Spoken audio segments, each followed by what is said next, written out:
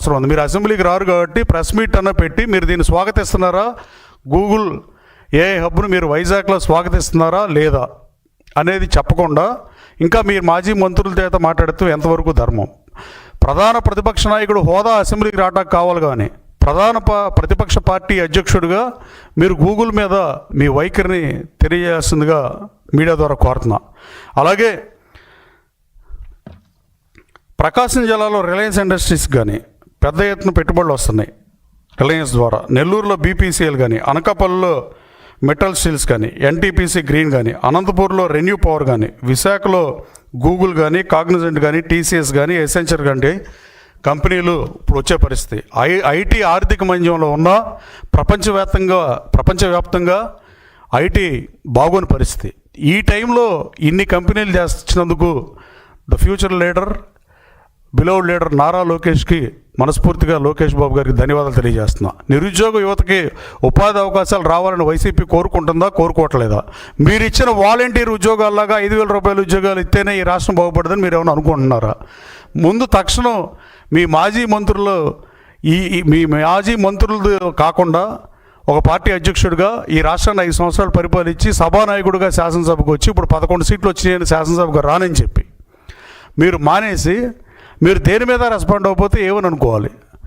లోకేష్ బాబు 11 రోజులు అమెరికా పర్యటనలో నేను కూడా ఉన్నా ఆయనతోటి. 11 రోజులు పరిశ్రమలు తీసుకొస్తున్న లక్ష్యంగా కనీసం వందల సంఖ్యలో ఇంటరాక్ట్ అయ్యాడు కంపెనీలతో. అవన్నీ ఆ రోజున గూగుల్ వస్తుందని ఆ రోజే చెప్పొచ్చు ఆయన, కానీ చెప్పలా. అది మీరు గమనించాలని మిమ్మల్ని కోరుతూ, అలాగే ఒకళ్ళేమో మీరు ఇచ్చిన మంత్రులు జగన్మోహన్ రెడ్డి గారు అందరూ ఆ రోజున చంద్రబాబు నాయుడు గారిని, పవన్ కళ్యాణ్ గారిని, లోకేష్ గారిని తిరతానికే పనిచేసేందుకు మంత్రులు ఇచ్చారు.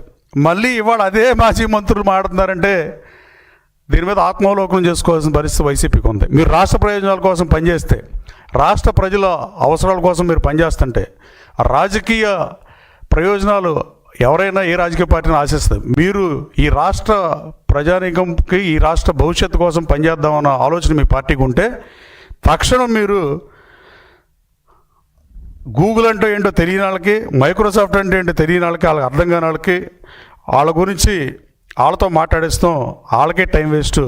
అట్లాగే మాజీ ఐటీ మంత్రి గారికి తెలిసింది కోడిగుడ్లు, పెట్ట, చేపలు, స్టోరీలు ఇలాంటివి చెప్పడం వల్ల ఉపయోగం లేదని ఇంకోసారి తెలియజేస్తూ, ఒక అతను క్యాసినో అంటాడు, ఇంకొక అతను ఇల్లీగల్ లెక్కర్ అంటాడు, ఇంకొంతమంది ఇలా బూతు పురాణాలు మాట్లాడిన వాళ్ళని మళ్ళీ కంటిన్యూ చేస్తున్నారంటే మీరు ఆత్మావలోకనం చేసుకుని మీరు రిగ్రెట్ ఫీల్ అయి ఉంటారని ప్రజలందరూ భావిస్తున్నారు. కానీ మేము ఇంకా వాళ్ళే మాట్లాడితే, సో నేను అలా మాట్లాడలేను. కానీ ఎవరు వచ్చినా, మరి 8వ తరగతి చదివిన కొడాలి నాని ఇలాంటి వాళ్ళు వస్తే నేను గూగుల్ ఏఐ హబ్ గురించి మాట్లాడలేను. కానీ ఐటీ అనుభవం ఉన్న వాళ్ళు మీ పార్టీలో ఎవరైనా ఉంటే, ఐటీఎల్గా పనిచేసిన వాళ్ళు డెఫినెట్గా మీ పార్టీలో కూడా ఉంటారు.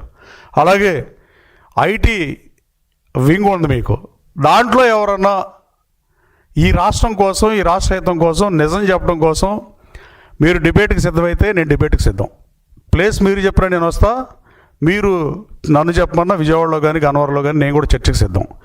దీనివల్ల రాష్ట్రానికి ఏం ప్రయోజనం, గూగుల్ ఏం చేస్తుంది, 1.5 లక్షల నుంచి 1.9 లక్షల మందికి ఉద్యోగ ఉపాధి అవకాశాలు కల్పిస్తుంది అనేది మీరు AWS నుంచి, Amazon web services data centre నుంచి కంపేర్ చేస్తే తెలుసుకునే పరిస్థితి. అలాగే లౌడౌన్ కౌంటీ, వాషింగ్టన్ DC అమెరికాలో రాజధాని, దానికి 10 మైళ్ళ దూరం కూడా ఉంటుంది, 10-15 మైళ్ళు దూరంలో ఉండే ఈ కౌంటీలో, రిచెస్ట్ కౌంటీలో, ఆ ప్రాంతంలో ఇల్లు $1 మిలియన్ ఉండే ఏరియాలో డేటా సెంటర్లు ఉన్నాయి. మీరు చరిత్రను తెలుసుకోండి, నిజాన్ని తెలుసుకోండి. అంతే తప్ప ఏది పడితే అది మాట్లాడటం దుష్పరిణామం, అలాగే దారుణంగా మాట్లాడటం అనేది గర్హనీయం కూడా. అలాగే ఈ గూగుల్ సంస్థకి 5 ఎకరాల పైగా పొలం ఇస్తున్నారని దుష్ప్రచారం చేస్తాం. ఎన్ని అడ్డంకులు సృష్టించినా గూగుల్ క్లౌడ్ అనేది దాని ఆదాయంలో, దానికి వచ్చే లాభంలో 45 రోజుల డబ్బుల్ని ఆంధ్రప్రదేశ్ రాష్ట్రంలో రోజుకి 1.07 బిలియన్ టర్నోవర్ రెవెన్యూ ఉండి 28 బిలియన్లు క్వార్టర్లీ Q2 రిజల్ట్స్లో కూడా ఉన్నదానికి ఈ $15 బిలియన్ ఇన్వెస్ట్ చేయడం అనేది మ్యాటర్ కాదు. దయచేసి దాన్ని తెలుసుకుని మీరు ఇప్పటికైనా ఈ దుష్ప్రచారాన్ని ఆపేసి ఇక నుంచి మీరు గూగుల్ గురించి మాట్లాడకపోతే మీకు మీ పార్టీకి లాభం అని మీడియా ద్వారా మీకు తెలియజేస్తూ